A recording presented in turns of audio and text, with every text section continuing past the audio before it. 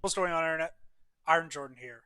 So today we are actually going to be talking about new DDD cards. So for those of you who don't know, DDD was my foray into competitive Yu-Gi-Oh! It's how I learned how to be a combo player. It's why combo is my favorite kind of Yu-Gi-Oh! Deck, and it's how I learned how to play Yu-Gi-Oh! Competitively, like I already said. So Konami has graced us with some very powerful new DDD cards, and we're going to talk about those in just a second. But first, we're going to talk about my sponsor, Meta Monster Gaming. I've talked about them before. They are a wonderful seller on TCG Player. They're usually the cheapest for most of the cards you can find. Sometimes they're not, but he's a one man. It's a one man show. He does a good job. Josh, the guy who runs it, excellent dude, one of our local players and fantastic shop. Like I said, you can usually get the best prices from MetaMonster Gaming. And if you want to lower those even more, like, do you want to buy some coolers? You want some infinite multiplication meta coolers? You want 14 of them? Do you want 5% off? Well, there is a code in the description of this video that you can use if you buy from MetaMonster Gaming on TCG Player. That will give you 5% off your order. So thank you, MetaMonster Gaming, for supporting this channel as always. And let's dive into these DDD cards. So, oh man, I'm so excited. I didn't think, obviously, DDD were the main rival cards from, what is it, Arc 5, the Pendulum Arc. So obviously they're going to continue to get new cards. It's like Jack Atlas getting new cards, or like, well, maybe not quite like Kaiba getting new cards, or like Cyber Dragons getting new cards. It's like any of those, antagonist or rival archetypes getting new cards. It's going to happen all the time. It's a really good thing to pick your archetype based on. Although I picked them based off of they were cool and combo-y. So the first one coming up is DD Griffin, and boy, oh, the effects on these cards. So level 4, Dark Pendulum Effect Monster, 1200 attack, 1200 defense, pin scale 1, really good. Although we don't usually pendulum scale, or we don't usually pendulum summon in DDs, having a pin scale of 1 is very good. Pendulum effect, you can only use the pendulum effect of this card's name once per turn. Target one fiend monster you control. It gains 500 attack for each dark contract, spell trap with different names you control, or in your graveyard until the end of this turn, then destroy this card. That's actually not that bad. The only problem with this is that when it gets destroyed, it goes to the top of the extra deck because it's in the pendulum zone. So it doesn't go to the graveyard, so you can activate its other effect. Monster effect has 3. 1. If you control a DD monster, you can special summon this card from your hand in defense position. Excellent. You'll love to see it. 2. If this card is pendulum summoned, you can discard one DD or dark contract card, draw one card. That's also okay. Like I said, you don't really pendulum summon a lot in this deck, but that's still a powerful effect if you have to. If this card is special summoned from the graveyard, you can add one DD card from your deck to your hand except DD Griffin. That is the key right there. We play Foolish Burial, we play Copernicus, we are dumping a lot of guys to our graveyard. You're playing DD Ghost, you're getting a lot. Like, if this guy wasn't a pendulum monster, he would be so absolutely broken. The fact that if you special summon him and then use him as material, unless you're using him as like an exceed material, which totally could happen, he's going to go to the top of the extra deck, prevents him from being a special summon that then pluses you. It's already a really insanely good card. For sure, we're going to play 3 of this in our pendulum decks, in our DDD decks. This guy is a winner. He's a winner. Next, we have, okay, here we go with extra deck DDD monster names. This is the archetype famous for DDD, Wave King, Oblivion, Caesar, Ragnarok. So we have DDD, Sideshow, Death Machina, or DDD, Amnesty, King, Doom, Machina, which is probably what it'll end up being because, whatever. 3000 attack, 3000 defense, rank 10, Dark Fiend, XYZ, Pendulum Effect Monster. Pendulum scale 10, so we have a 1 and a 10. Pin effect. If you have a card in your other pendulum zone, you can target one pendulum monster you control, or in your graveyard, special summon the card in your other pendulum zone, and if you do, place that target in your pendulum zone. This is a really good effect. Now, obviously, it's an extra deck monster, so it has to probably be summoned before it can go into the pendulum zone, but I digress. Monster effects. So, okay, here's the thing. Materials. 2 level 10 Fiend type monsters. Easily done in this deck, or at least more than some decks. You can also XYZ summon this card by using a DDD monster you control as material. So does that mean that you can use a single DDD monster if it's a fusion monster?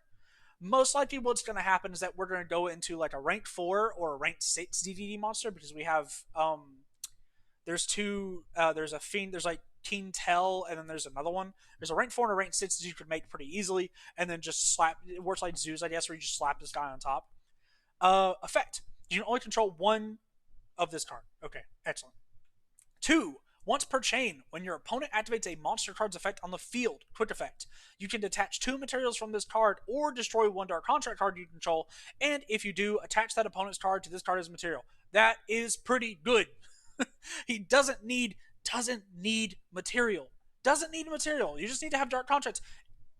The fact that you're going to go, hey man, I'm going to go Kepler, and I'm going to go grab a dark contract. Dark contract is going to grab me a monster that I need to make my combo, and then I can just sack the dark contract to prevent myself from burning for 1,000.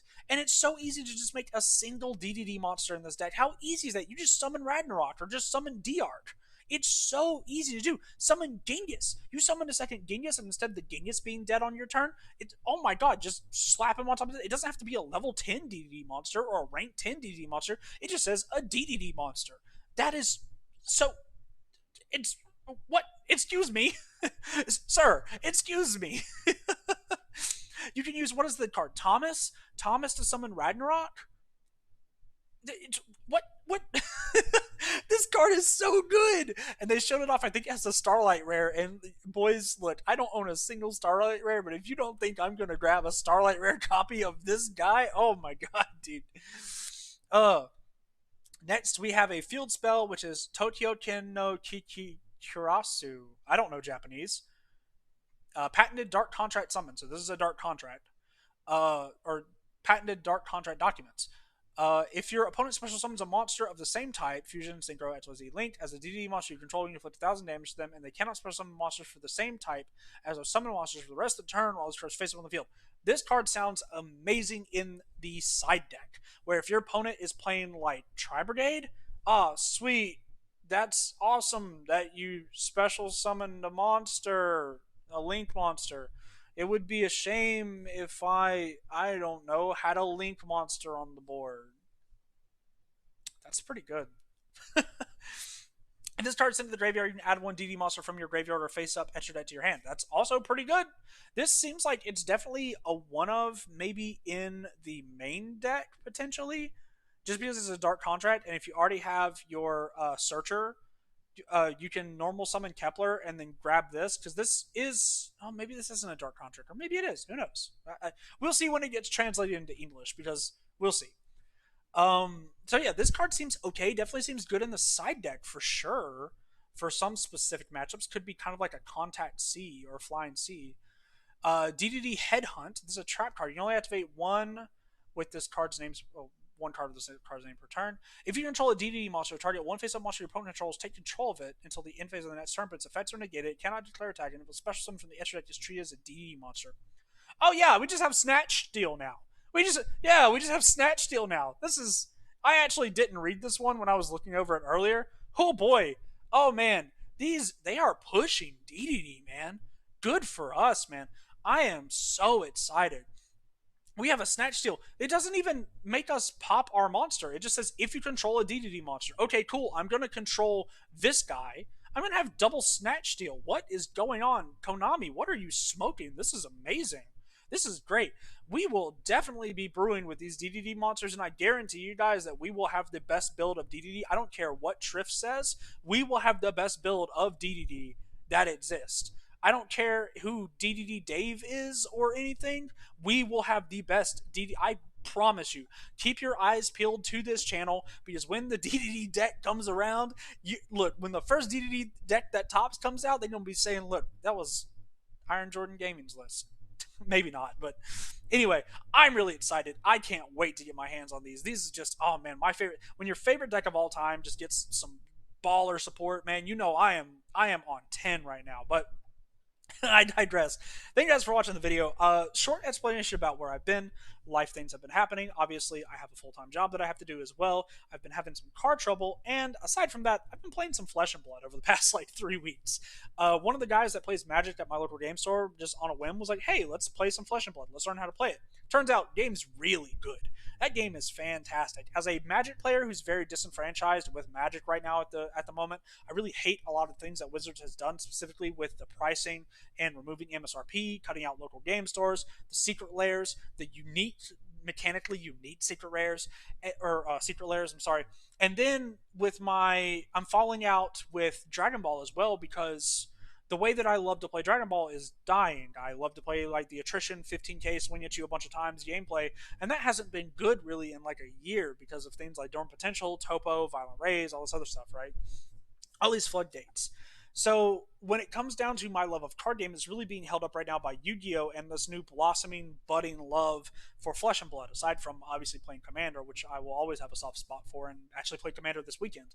But it's been very difficult for me to justify making videos of the game that I'm falling out of love with DBS. And so while there probably will be some DBS videos, unless something happens in this new set 15 that really reignites my love of DBS, then I doubt that we will be seeing many more after that.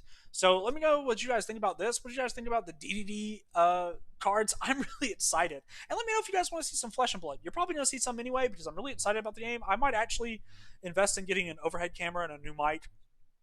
I'm sorry, excuse me, to do pack openings and to do like uh, physical deck techs and stuff for Flesh and Blood because that game's amazing. So I hope you guys enjoyed the video. Make sure you check out the sponsor, and I'll see you guys in the next one.